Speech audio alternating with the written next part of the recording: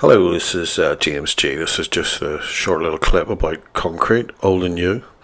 Concrete was invented by the Romans. Here's a nice wee job in Ballyholme and Bangor in Baylands, and here is a picture of the Pantheon, which is nearly 2,000 years old. Problem, it didn't have any steel in it, like we're seeing a sill here, where it's completely blown.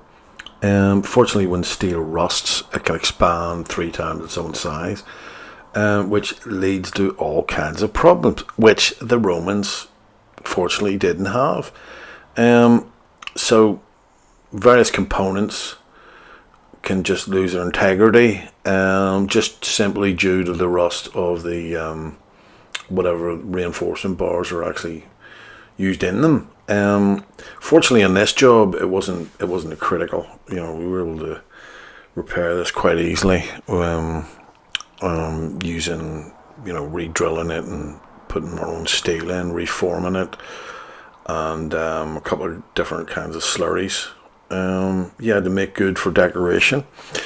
So that's a sort of quick comparison between Roman concrete and the concrete of today.